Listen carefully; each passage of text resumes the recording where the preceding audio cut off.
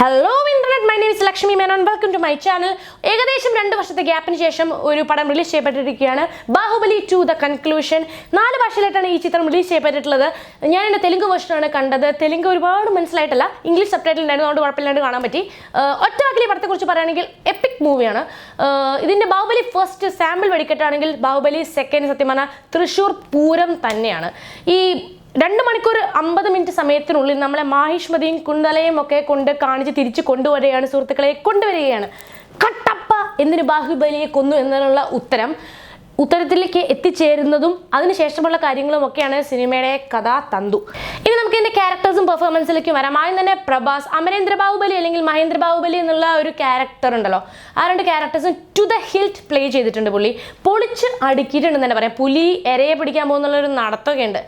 ഇപ്പോൾ ഒരു example scenes പറയുകയാണെങ്കിൽ ഒന്ന് തല, പിന്നെ ഒന്ന് 3 അമ്പ്. മൂന്നാമത്തെ സീൻ എന്ന് പറഞ്ഞാൽ ഇൻട്രോ സീൻ. അമരേന്ദ്ര ബാഹുബലിയുടെ ഇൻട്രോ സീൻ എന്ന് പറഞ്ഞാൽ വളരെ രാജകീയമായിട്ടുള്ളൊരു ഇൻട്രോ സീനാണ് രാജമൗലി പ്രഭാസിന് നൽകിയിട്ടുള്ളത്.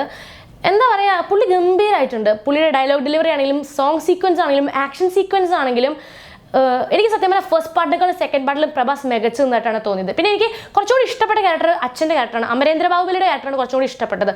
കുറച്ചുകൂടി പക്വതയും എന്താ പറയുക, ആ രാജകൊട്ടാരത്തിൽ വളർന്നതിൻ്റെ ആ ഒരു ഇതുണ്ടല്ലോ.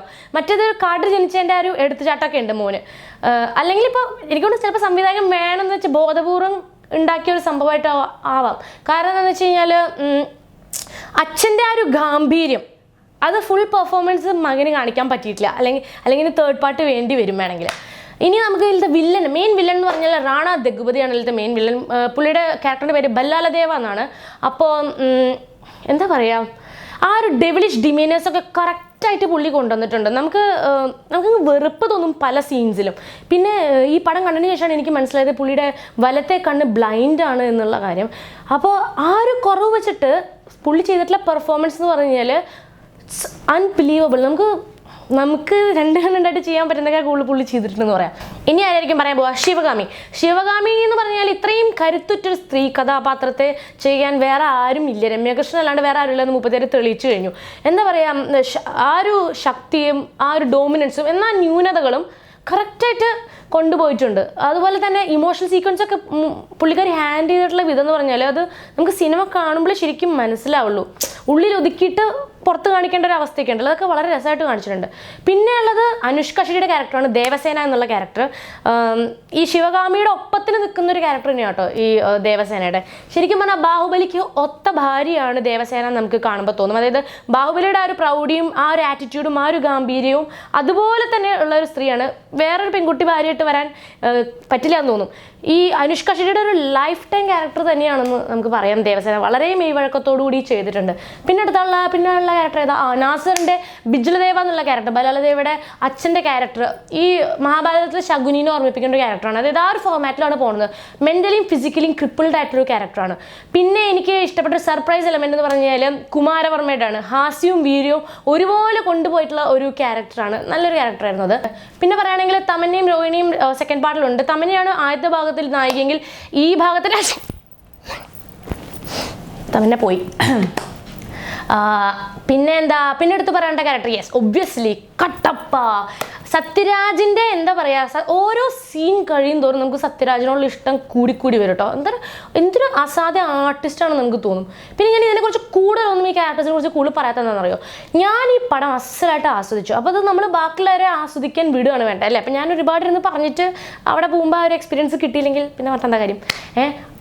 അവസാനത്തെ ഒരു ക്യാരക്ടർ എനിക്ക് പറയാനുള്ളത് SS രാജമൗലിയുടെ തന്നെയാണ്. അതായത് പുള്ളി അഭിനയിച്ചിട്ടുണ്ടെന്നല്ല, പക്ഷെ ഓരോ സീൻ കാണുമ്പോഴും നമ്മൾ സംവിധായകനെ ഓർക്കും. അതായത് കഥാപാത്രങ്ങൾ ഇങ്ങനെ ഓരോ ആക്ടേഴ്സും അഭിനയിച്ചുകൊണ്ടിരിക്കുമ്പോൾ നമ്മൾ ശരിക്കും പറഞ്ഞാൽ ഇങ്ങയുടെ ഒരു ബ്രില്യൻസ് എന്താണെന്ന് ആലോചിച്ച് പോകും. അതായത് ഈ ഒരു തലയ്ക്കകത്ത് ഇത്രയൊക്കെ ചിന്തിക്കുമോ, ആ ഒരു ഹൈ ലെവൽ തിങ്കിങ് അല്ലെങ്കിൽ ആ ഒരു ക്രിയേറ്റിവിറ്റി ഇതെങ്ങനെ സാധിച്ചു നമ്മൾ ഓരോ സീനിലും. അപ്പം നമ്മളിങ്ങനെ ഓരോ സിനിമ കണ്ടുകൊണ്ടിരിക്കുമ്പോൾ ഓരോ സീനും കാണുമ്പോൾ നമ്മളിങ്ങനെ വയ്ക്കും തമ്മി സംവിധായകൻ ഭയങ്കര സംഭവം തന്നെ, ഇങ്ങനെ പുകഴ്ത്താനുള്ള സമയമുള്ളൂ.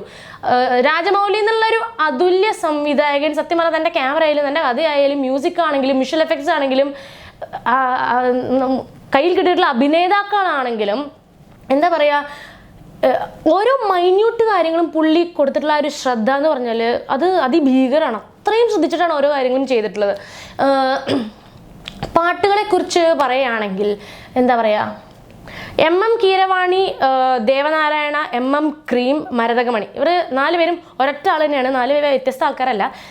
ഇദ്ദേഹത്തിൻ്റെ BGM-ഉം മ്യൂസിക് സ്കോറും സത്യം പറഞ്ഞാൽ ഈ ഒരു പടത്തിന് 100 മടങ്ങ് മേന്മ കൂട്ടിയിട്ടുണ്ട്. എനിക്ക് ഏറ്റവും ഇഷ്ടം പാട്ട് ഏതാണെന്ന് വെച്ച് കഴിഞ്ഞാൽ കണ്ണ നെടുറീഞ്ചറ എന്നുള്ളൊരു പാട്ടാണ്. ആ ഉണ്ണിക്കണ്ണനെ ഉറക്കുന്ന ഒരു പാട്ടാണ്. ആ ഒരു സിറ്റുവേഷൻ സോങ്ങാണ്. ആ സാഹചര്യത്തിലേക്ക് എത്തുന്നതും ഈ പാട്ടിൻ്റെ വിഷ്വലൈസേഷനൊക്കെ നല്ല രസമാണ്. നല്ല രസമുള്ള പാട്ടുമാണ് കേൾക്കാൻ കേട്ടോ.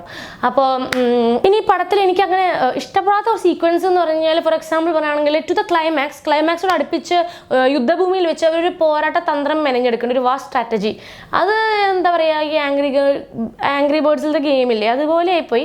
പിന്നെ ചില ഗ്രാഫിക്സിൻ്റെ ഒരു ഇച്ചിരി കുറഞ്ഞു പോയോ ക്വാളിറ്റി എന്ന് നമുക്ക് തോന്നില്ലേ, അങ്ങനെ. പക്ഷേ സത്യം പറഞ്ഞു കഴിഞ്ഞാൽ ഇപ്പോൾ ഒരു കുട്ടിയുടെ കയ്യിൽ കുട്ടി ഒരു പൊട്ടലുണ്ടായി കഴിഞ്ഞാൽ, മുറിവുണ്ടായി കഴിഞ്ഞാൽ നമ്മൾ കരഞ്ഞാൽ നമ്മൾ എന്താ പറയുക, ഇത്രയും വലിയ ശരീരത്തിൽ ഇത്രയും കുഞ്ഞു മുറിവിന് കരയോ എന്ന് ചോദിക്കില്ലേ. അതുപോലെ ഇത്രയും ബ്രഹ്മാണ്ഡമായ ഒരു ചിത്രത്തിൽ ഇത്രയും കുഞ്ഞു മൈനർ ഫ്ലോസ് ഒക്കെ നമുക്ക് കണ്ണടച്ച് കളയാവുന്നതേ ഉള്ളൂ. ഗ്രാഫിക്സിൻ്റെ കാര്യം പറയുകയാണെങ്കിൽ പലതും ഗ്രാഫിക്സ് ആണ്, വിഷ്വൽ എഫക്ട്സ് ആണെന്ന് എനിക്ക് മനസ്സിലായില്ല. അതായത് ഇപ്പോൾ രാജ്യസഭ ഞാൻ വെച്ച് സെറ്റ് ഇട്ടതാണ്. എൻ്റെ VFX ബ്രേക്ക് ഡൗൺ വീഡിയോ കണ്ടപ്പോഴാണ് എനിക്ക് മനസ്സിലായത് ആ കൊട്ടാരോ സംഭവങ്ങളൊക്കെ ശരിക്കും പറഞ്ഞാൽ ഗ്രാഫിക്സ് ആണെന്നുള്ളത്. അപ്പോൾ ചിലതൊന്നും നമുക്ക് മനസ്സിലാവില്ല, അത്രയും ബ്രില്യൻ്റ് ആയിട്ടാണ് ഇതിൽ ഗ്രാഫിക്സ് ചെയ്തിട്ടുള്ളത്. എന്നാൽ ചിലത് ഞാൻ പറഞ്ഞില്ല ഇങ്ങനെയാണ്. അപ്പോൾ മഹിഷ്മതിയുടെ ഭംഗി, മഹിഷ്മതിയുടെ സിമ്പിളായ ആനയെ കാണിക്കുന്നതും അവരുടെ ഫാൻറ്റസി സോങ്ങിലുള്ള ഒരു ഗ്രാഫിക്സും ഒക്കെ എന്താ പറയുക, അസലായിട്ടുണ്ട്, കലക്കിയിട്ടുണ്ടെന്ന് തന്നെ പറയാം. So that's all about Baahubali two the conclusion. ഇപ്പോൾ സത്യം പറഞ്ഞാൽ ദുബായിലാണെങ്കിലും നാട്ടിലാണെങ്കിലും വെളിരാജ്യങ്ങളിലും മിക്ക വീടുകളിലും സംസാരിച്ച വിഷയം ബാഹുബലി 2 തന്നെയാണ്. ബാഹുബലി കണ്ടോ എന്നുള്ളത് തന്നെയാണ്. It's an ultimate cinematic experience. Go watch it in your nearest cinema if you haven't already. This is me, Lakshmi Menon. Stay positive.